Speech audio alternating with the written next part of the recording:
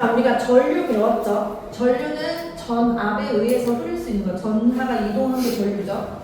그러면 저항이라는 개념도 나와요. 저항은 말 그대로 뭔가에 저항하는 거예요. 반대하는 거죠. 그래서 여기서 말하는 저항은 전류의 흐름을 못 가게 하는 거예요. 방해하는 그 정도를 수치화시킨 녀석이 바로 저항이다 라고 보시면 돼요. 자, 저항도 기호로 표현할 수 있습니다. 저항이라는 단어의 첫 글자예요. R 이렇게 돼요. 그래서 얘는 기호로 R이라고 쓸 거고요. 자, 단위는 뭘 쓰냐? 단위는 말발굽을 뒤집어 놓은 것처럼 생겼습니다. 그러면서 얘를 옴이라고 읽어요.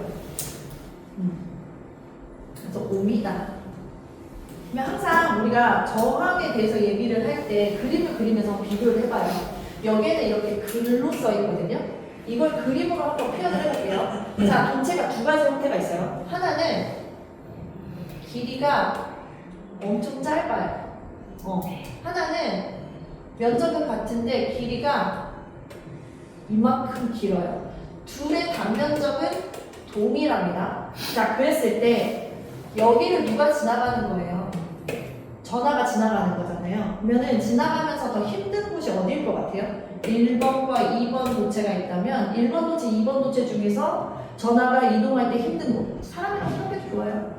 동물이라고 생각하시고 지나갈 때 얘가 더 힘들잖아요. 더 길잖아요. 그렇죠? 그래서 얘는 저항을 더 오랫동안 받아야 되기 때문에 그러니까 되게 긴 시간 동안 도체 내부를 가죠. 그래서 얘가 더 힘들다. 저항으로 따지면 자, 길이로 비교해 볼게요. 길이는 짧죠? 길이가 길죠? 자, 저항 봐봐요. 얘는 되게 쉬워요. 그래서 저항이 작다라고 말을 해요. 얘는 저항이 크죠? 왜? 계속 지나가야 되니까. 그렇잖아요? 자, 이렇게 비교를 한번 해볼게요. 자, 그러면 우리가 비례한다, 반비례한다 라는 말의 의미를 좀 생각해 보면서 길이와 저항은 비례하는 관계예요? 반비례하는 관계예요? 비례. 그렇지. 비례가 같이 커지고 같이 작아지는. 봐봐요. 작아지면 작아지고 커지면 커지잖아요. 그렇죠? 그래서 이럴 때는 우리가 서로 비례한다라고 표현을 해요. 자, 그러면 다르게 또 비교를 해볼게요. 이번에도 1번, 2번 도체가 있어요. 하나는 도체가요. 면적이 굉장히 작아요. 이만해요. 근데 하나는 면적이 이만해. 길이는 동일합니다. 이렇게요. 자, 그랬을 때 전하가 이 도체를 지나가면서 더 힘든 곳이 어딜 것 같으세요? 1번. 왜? 좁으니까. 그렇잖아요. 그래서 얘도 한번 해볼게요. 단면적이 작다라고 표현할 수 있고 단면적이 넓다라고 표현을 할 수가 있죠. 그때 저항을 볼게요. 자, 단면적이 작은 곳은 저항이 어쩐다고 말할 수 있어요? 크다. 그죠? 면적이 크면 저항이 작다. 약간 저항을 불편함이라고 생각해 주시면 딱 맞아요. 그럼 얘네는 면적과 저항의 관계는 어때요? 서로? 반비례하죠. 그래서 얘네들을 반비례 관계라고 표현을 해요. 그리고 나서 이거 보세요. 길이가 길면 길수록 단면적은 작으면 작을수록 저항이 커진다라고 합니다. 이거는 기출 문제에서요. 저렇게 말로 잘 돼요. 그래서 다음 중 저항에 대한 설명으로 옳은 것을 고르시오. 길이에 비례한다, 단면적에 반비례한다. 이거 잘 골라주시면 되고요. 지금 이 모든 내용을 식으로 아주 짧게 표현할 수가 있어요. 자, 저항을 기호로 우리가 R이라고 표현한다고 그랬어. 얘가 저항이죠? 자, 이 저항은 자, 이게 분모 분자예요. 분수로 표현을 할 거예요. 분모에 면적이 들어가야 될까요? 길이가 들어가야 될까요? 우리 생각을 해봐. 여기에 면적이 들어가요. 여기에는요, 길이가 들어가요. 지금 이해가 안 되실 수 있어요. 근데 우리가 생각을 해보자고요. 자, 사과가 이렇게 있어요. 사과 한쪽이 이렇게 4조각으로 나눠서 쳐봐요. 자, 4조각으로 나눴는데 그 중에 4개. 이게 얼마예요? 1이죠. 이게 제일 큰 거죠. 근데 제가 여기서 3개를 먹을 거예요. 그러면 나는 여기서 4분의 3을 먹은 거죠. 그쵸? 근데 반대로는 아니고 이렇게 두 조각만 먹었을 경우에 우리는 4분의 2라고 표현을 합니다. 지금 보시면은요, 어때요? 여기서는 지금 분자가 이렇게 표현하면 안 될 것 같은데? 여기가 커질수록이라고 표현을 해야 되는데, 이거 비교가 좀 잘못된 것 같아요. 자, 이렇게 하면 좀 더 어려우니까, 자, 여기가 2분의 1이 있고요, 3분의 1이 있고요, 4분의 1이 있다고 쳐볼게요. 그리고 그림을 그려볼게요. 2분의 1은 여기 면적이죠. 3분의 1. 지금 동그라미 면적 같아요. 3분의 1은 여기죠. 4분의 1은 여기죠. 크기가 제일 큰 게 뭐예요? 얘가 제일 크잖아요. 다시 말해서 분자는요, 작으면 작을수록 이 전체 값이 커요. 이해되세요? 아니요. 아니요. 이해 안 돼요? 네. 진짜로? 네. 자, 봐봐요. 얘가 다시 설명해볼게요. 자, 얘가 2분의 1이야. 두 조각분의 하나란 뜻이잖아. 그죠? 그러면 여기 2분의 1이 여기에 해당하는 거죠. 3분의 1은요, 똑같은 사과라고 생각하시고 세 조각의 하나예요. 그럼 크기가, 봐봐요. 크기가 얘가 제일 크잖아요. 크기가 얘가 얘보다 크잖아요. 지금 네 조각의 하나랑 세 조각의 하나랑 두 조각의 하나는 지금 크기가 얘가 제일 크게 되는 거잖아요. 여긴 이해되세요? 네. 크기가 커지는 건 이해가 되세요? 그러면 그걸 분수로 표현하는 게 이거잖아요. 두 조각 중에 한 조각, 세 조각 중에 한 조각, 네 조각 중에 한 조각. 이렇게 되죠? 어떻게 얘기죠? 그치? 네. 하나, 둘, 셋, 네 개 중에 하나죠. 그것도 이해됩니다. 여기까지 이해되죠? 네. 그러면 2분의 1, 3분의 1, 4분의 1 중에서 큰 게 뭐예요? 2분의 1. 이렇게 커지는 건 이해되시죠? 네. 그럼 다 됐어요. 여기 숫자가 작아질수록, 그죠? 분모 숫자가 작아질수록 큰 거잖아요. 그렇죠. 그거를 말씀드리는 거였어요. 그러니까 분모의 숫자는 작아지면 작아질수록 전체 크기는 더 큰 거는 거잖아요. 그렇죠. 그쵸? 지금 여기까지는 이해되시는 거죠? 그래서 여기 보세요. 면적이 작아질수록 저항이 커지는 거잖아요. 여기 이해되세요? 면적이 작은 애가 여기서 이해가 안 돼. 여기서 안 넘어가죠? 그렇죠, 여기서 안 넘어가죠. 오케이, 갈게요. 자, 동굴이 있어요. 동굴이 면적이 이만한 애가 있고, 이만한 애가 있고, 이만한 애가 있어요. 그쵸? 그러면, 자, 저항이 여기가 어때요? 제일 크죠? 그렇잖아요. 좁으니까. 그죠? 얘는 저항이 어때요? 중간이겠죠? 얘는 저항이 어때요? 제일 작겠죠? 그쵸? 그러면은 얘가 작아질수록, 면적이 작아질수록 저항이 커지는 거죠. 숫자가 작아질수록 커지는 거죠. 이 관계를 이해하셔야 돼요. 면적이 작아지잖아. 얘가 2고 얘가 3이고 얘가 4란 말이야. 그죠? 면적의 숫자가 작아질수록 저항의 숫자는 커지는 거야. 그러니까 이럴 때를 반비례한다 그러고 그게 분모에 있을 때 요 값하고 같아요. 그래서 분모 값을 여기가 작아지면 작아질수록 얘는 커지는 거예요. 반대로 말하면 이 값이 커지면 커질수록 얘는 작아지는 거예요. 이거 하면 되죠. 그렇게 좀 더 생각해보시면 이해되실 거예요. 근데 반면에 얘는 그냥 바로 맞아. 얘는 자연수랑 똑같잖아요. 그죠? 여기 2배, 4배, 5배 되면 계속 커지죠. 얘는 커지면 커질수록 커지는 거예요. 다시 말해서 길이는 커질수록 커지지만 그죠? 면적은 작아질수록 커지는 거죠. 이제 이해했어요. 이렇게 말씀하신. 다행이에요. 그래서 분모에 있는 걸 반비례, 분자에 있는 걸 비례라고 표현을 합니다. 그러면 이 말과 이 말이 일치가 되죠. 그래서 정하는 길이에 비례하고 단면적에 혹은 면적에 반비례한다 이렇게 말할 수 있어요. 그걸 식으로 나타내는 게 이거고요.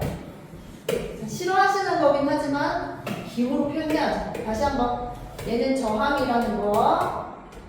자, 저항은 뭐에 반비례? 면적에 반비례. 길이에 비례. 자, 이거 기호 쓸게요. 길이는 어제 어제 아니죠? 우리 엊그저께 만났죠? 길이는 랭스 L을 씁니다. L로 쓸 거예요. 기호. 면적은요? 면적은 우리가 잘 몰라도 돼요.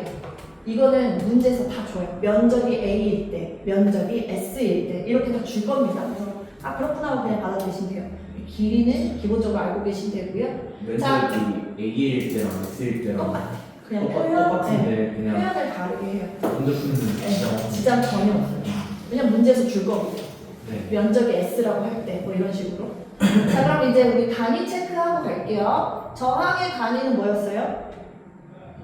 오음이라고 읽었어요. 말발굽처럼 생겼다 했죠? 자, 길이의 단위는 우리 뭐 쓸까요? 미터 써요. 초가 세크였던 것처럼 길이는 미터예요. 네, 그렇게 기본 단위를 가져가고요. 면적은요?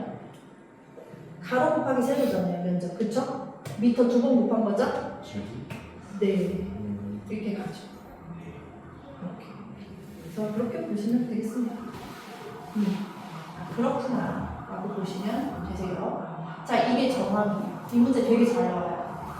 잘 나오는 건 말로 표현하는 문제가 되게 잘 나옵니다. 그래서 그렇게만 조금 봐주시면 될 것 같고요. 자, 하나만 더 보고 갈게요. 비슷해요, 결이. 고유저항이라고 나와요. 지금 요 이름만 보고도 대충 감 오시죠? 지가 가지고 태어나는 저항값이라고 보시면 돼요. 모든 물체마다 지가 가지고 태어나는 저항값이 다르겠죠. 모든 물질마다 거기에 전류를 투입시켰을 때 전류를 못 흐르게 하는 정도가 다 다를 거란 말이에요. 그쵸? 그걸 고유저항이라고 합니다. 그래서 얘는 기호로 어떻게 나타내냐? 이렇게 나타낸다고 보시면 돼요. 이걸 로라고 읽을 거예요. P처럼 생겼는데 뭐예요? 네, P는 아니에요. 약간 국자를 이렇게 뒤집어 놓은 것처럼 생겼어요. 저는 그냥 그렇게 그려요. 이 기호죠. 네, 기호입니다. 자, 고유 저항에서 나오는 문제는 보통 딱 제가 생각나는 문제는 한 문제거든요. 이거 하나만 설명드리고 갈게요. 자, 우리가 고유 저항은 옴미터를 씁니다. 이렇게. 고유 저항의 단위예요. 단위. 옴미터를 써요. 쟤는 이제 길이 기준으로 이제 5m 이렇게 표현하는 건데 따로같이 쓰는 거예요? 아니면 같이 이런 식으로? 아니면 이렇게 붙여서 나오는 붙여서 옴 곱하기 미터, 네. 저항 곱하기 미터. 근데 얘를 단면적으로도 표현하거든요. 그게 뭐냐? 옴 제곱 밀리미터예요. 일단 제곱이 들어가면 면적이죠. 거기에다가 나노미터. 그럼 얘랑 똑같거든요. 이렇게도 표현을 해요. 그러니까 얘는 단면적으로서 표현을 할 때 이렇게 표현을 하는데, 자, 여기서 나오는 문제는 이걸 물어봐요. 야, 1옴미터는 몇 옴제곱 밀리미터 퍼 미터랑 같아? 단위 환산해봐. 이 문제가 나와요. 이거는 그냥 외우고 넘어갈 거거든요. 얼마냐? 10의 6승입니다. 근데 왜 10의 6승인지만 잠깐 설명드리고 갈게요. 자, 우리가 1m는 몇 cm게요? 맞죠? 1mm, 아니 1cm는 몇 밀리미터예요? 10. 10이에요? 우리 잡으면 1cm 사이에 10칸 있죠? 그래서 1m는 1000mm라고 합니다. 그죠? 근데 아까 우리 이렇게 표현했었잖아요. 그죠? 제곱 밀리미터. 그러니까 밀리미터를 몇 번 곱한 거야? 2번. 2번 곱해볼까요? 2번은 이렇게 2번 곱하면 되잖아요. 그죠? 근데 우리는 지금 센티미터 안 보는 거니까 얘 제외하고. 자, 1000을 2번 곱하면 10의 몇 승이에요? 6승. 제곱 밀리미터가 되는 거죠. 이렇게. 얘는 1 제곱미터가 되는 거죠. 그러면 다시 이제 아까 걸로 볼게요. 아까 걸로 보면 1 옴미터였잖아요. 그죠? 얘가 옴 제곱 밀리미터로 간단 말이에요. 이렇게 가죠? 퍼 미터로. 그러면 미터가 제곱 밀리미터가 되면 몇 승으로 바뀐다고요? 네, 그래서 10의 6승이 이게 좀 같아요. 이거 물어봐요. 이거 그냥 외우면 돼요. 그냥 외우는 네, 10의 6승. 1옴미터가 10의 6승 5 제곱 밀리미터. 전지 한 개당 그것처럼. 그렇죠. 그냥 수치 외우시면 돼요.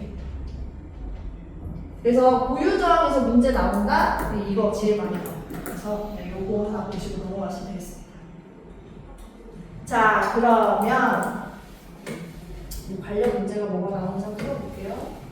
일단 기호하고 단위 체크 먼저 한번 갈게요. 자, R이 뭐라고요? 저항을 의미한다고. 단위는 뭐라고? 옴이라고요. 옴이에요.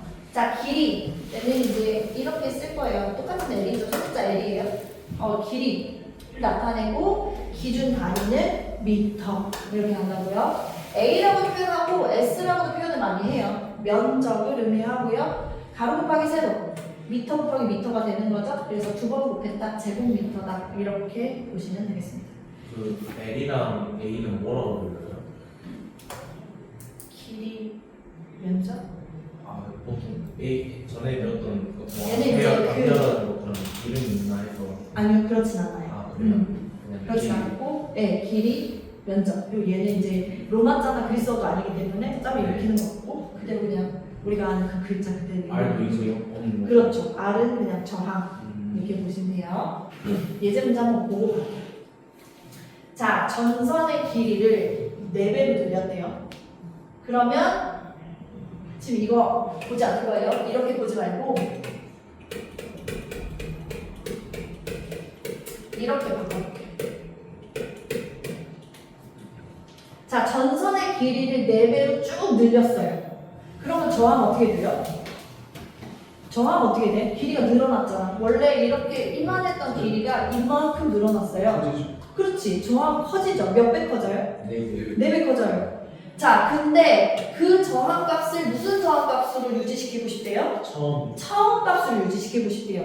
4배를 안 늘리고 싶다는 얘기잖아요. 그러면 그때 면적을 어떻게 하면 돼요? 4배 늘려요. 늘리면 되죠.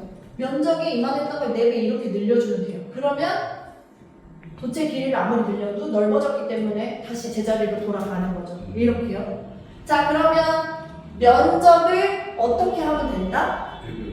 4배로 늘리면 된다. 이거예요. 이렇게 가시면 돼요. 자, 여기까지 따라오시겠죠? 자, 그 다음번부터는 그냥 잘 모르겠으면 무시하셔도 돼요. 그냥 한번 해볼게요. 원래 우리가 나왔던 문제는 반지름을 물어봅니다. 자, 우리 도체 어떻게 생겼어요? 그 전선 뭘로 생겼어요? 원기둥으로 생겼죠. 이렇게 생겼단 말이에요. 확대해서 보면 그렇잖아요. 근데 여기 면적 그러면 이 면적은 무슨 면적이 되는 거예요? 원의 면적이 돼요. 혹시 원의 면적 구하는 공식 기억하세요? 원줄 3점을 썼고. 그치, 그거 들어가죠. 자, 원의 절반 우리가 전체를 지름이라고 표현을 하죠. 그죠? 여기서부터 여기까지가 지름이라고 했을 때 그 딱 절반을 우리는 보통 반지름이라고 표현을 하거든요.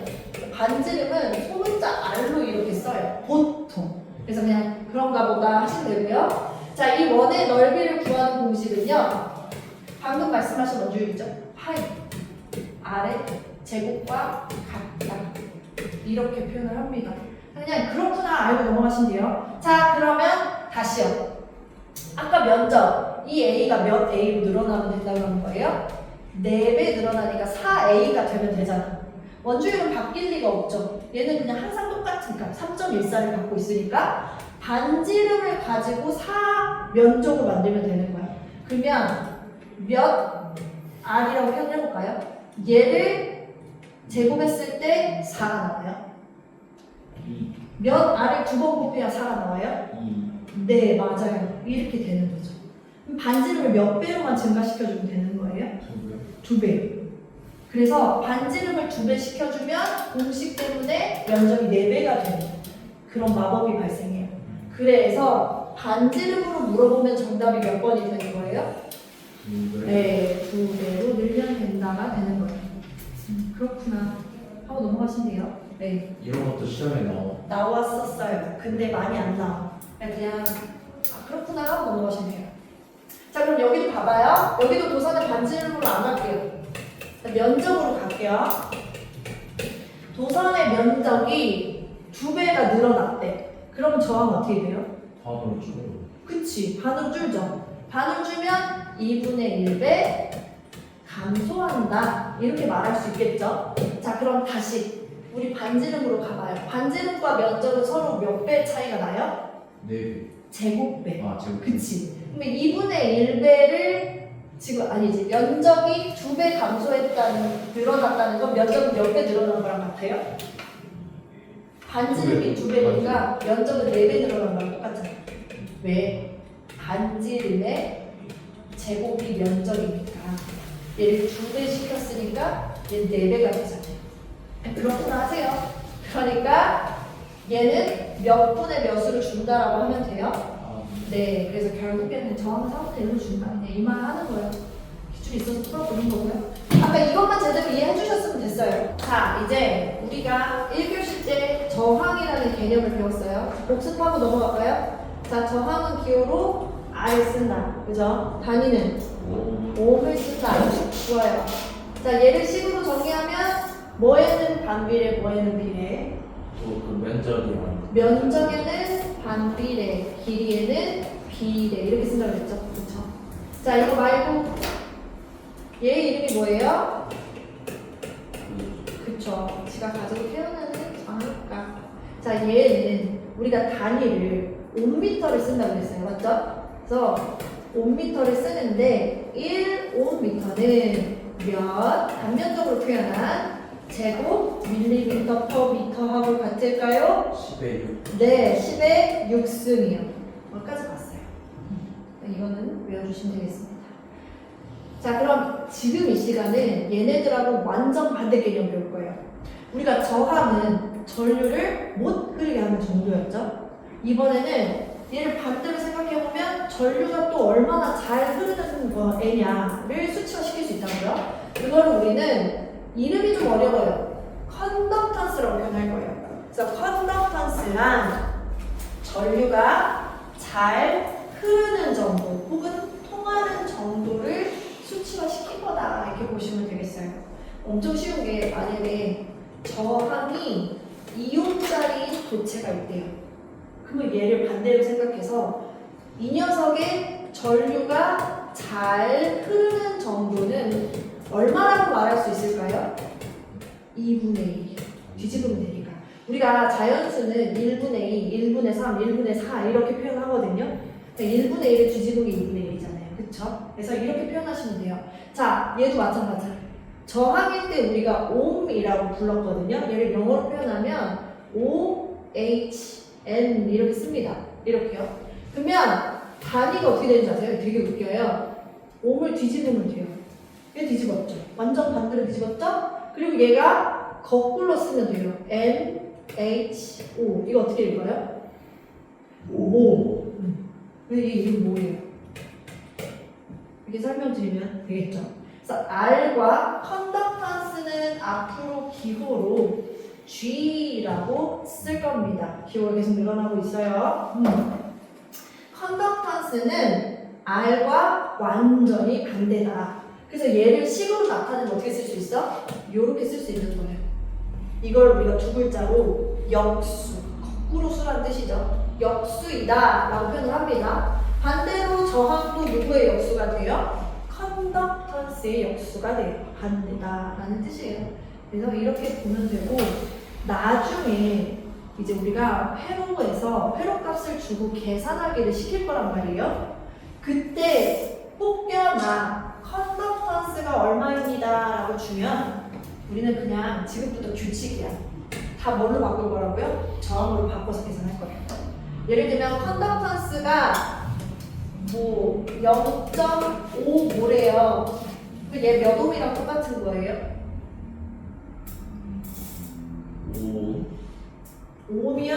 자, 얘 분수로 나타내면 얼마예요? 0.5는? 10분의 5잖아. 얘 거꾸로 하면 얼마예요? 5분의 10이죠? 그러니까 얼마랑 똑같은 거야? 네, 2옴이랑 똑같은 거예요. 이렇게 바꿔주시면 돼요.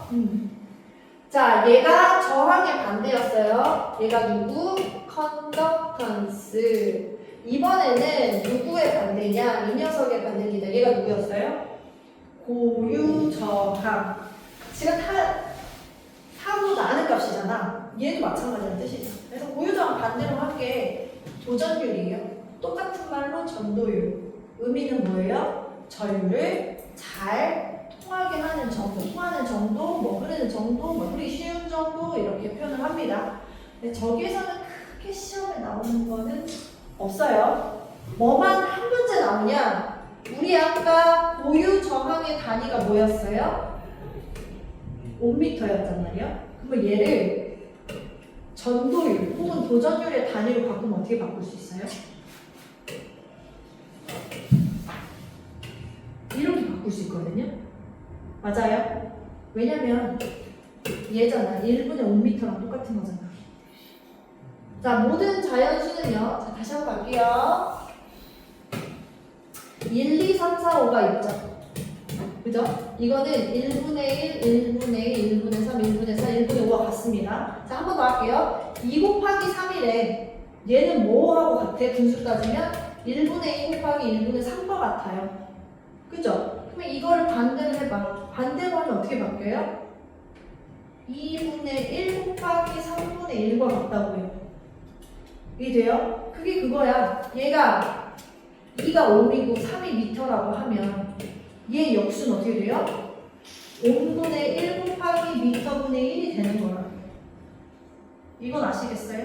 네. 근데 아까 우리가 옴을 반대로 한 게 뭐라 그랬어요? 얘죠. 얘가 옴을 반대로 한 거 맞잖아. 그지? 얘가 이렇게 바뀌어요.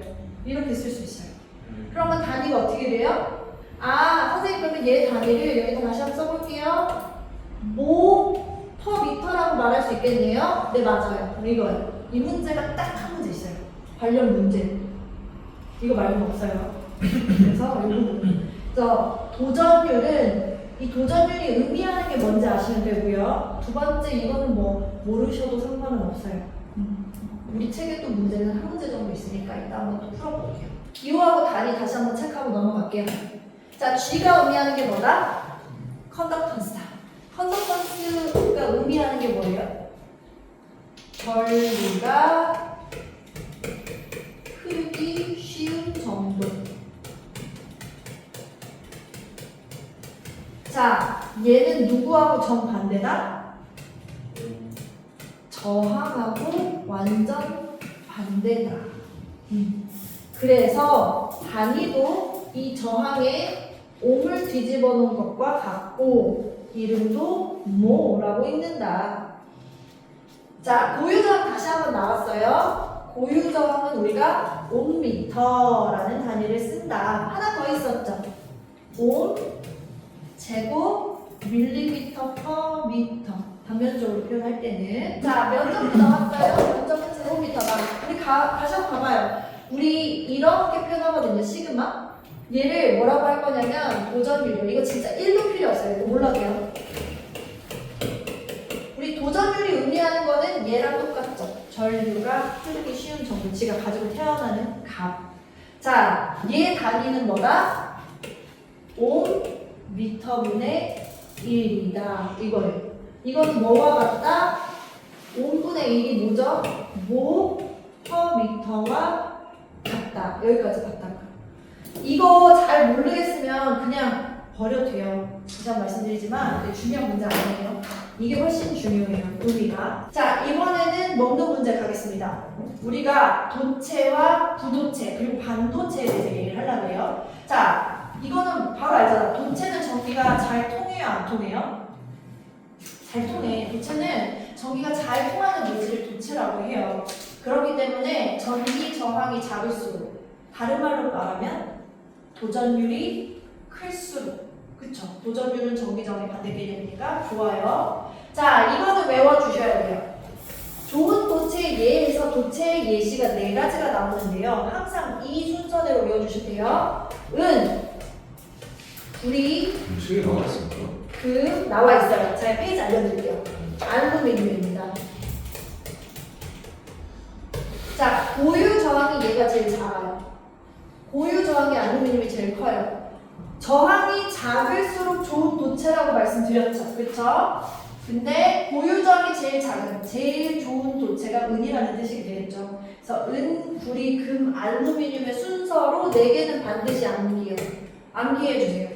왜냐면 시험 문제 이게 나온 적이 있어요. 자, 부도체는 여기서 크게 언급 없이 넘어갑니다. 부도체는 뭐 전기를 잘 못 흐르게 하는 물질이 되겠죠. 대표적인 네, 거. 아까 저기 뭐죠? 너가 뭐 고유저항. 하십니까? 고유저항. 네. 고유저항이 얘가 제일 작아. 은이에요. 얘는 고유저항이 커요. 이렇게요. 이게 고유저항이 낮을수록 전기가 잘 흐른다는 통하는 거니까. 지가 태어나는 저항값이 작다는 뜻이니까. 저항이 작다는 말은 전류가 잘 통한다는 말이죠. 자, 반도체가 있습니다. 반도체는 이 도체 성격과 부도체 성격을 다 가진 약간 짬짜면 같은 애라고 생각하시면 돼요. 그래서 전류를 원하는 대로 조절해서 흐르게 할 수 있다. 왜? 도체 성격을 더 집어넣으면 전류를 더 잘 통할 것이고 부도체 성격을 더 넣으면 전류를 덜 흐르게 되겠죠. 그런 식으로 조절할 수 있고요. 자, 이것만 볼게요. 반도체, 대표적인 반도체 세 가지만 볼게요. 규소, 게르마늄, 서비스톤. 원소 아니고요. 지금 우리는 그냥 반도체 종류를 보고 있습니다. 자, 지금부터 무슨 얘기를 하려고 하냐면요. 온도와 저항의 관계에 대해서 얘기를 하려고 해요. 이런 건 다 필요 없습니다. 보지 않으셔도 돼요. 자, 우린 이것만 보면 돼. 온도가 뜨거워져요. 온도가 올라가고 있습니다. 온도 상승. 근데 온도가 상승하면 저항이 커질까요? 작아질까요? 약간 그렇게 생각하면 돼요. 그 온도가 올라가면 우리가 모든 물체는 이제 원자하고 원자가 이렇게 합쳐진 분자의 상태로 가 있단 말이에요. 그럼 이런 분자의 움직임이 어떻게 될 것 같아요? 뜨거워지면 뭉칠까요? 늘어나죠. 그쵸. 엄청 활발해져요. 뜨거우니까. 그래서 전자가 이동하는 거잖아요. 그쵸? 근데 뜨거우면 전자 이동이 쉬울까요? 막 얘네들 움직임이 막 난리가 났는데 그 사이를 삐집고 가야 되는데 되게 어려워요. 그래서 온도가 올라간다? 저항이 그만큼 커진다라고 보시면 돼요. 이렇게.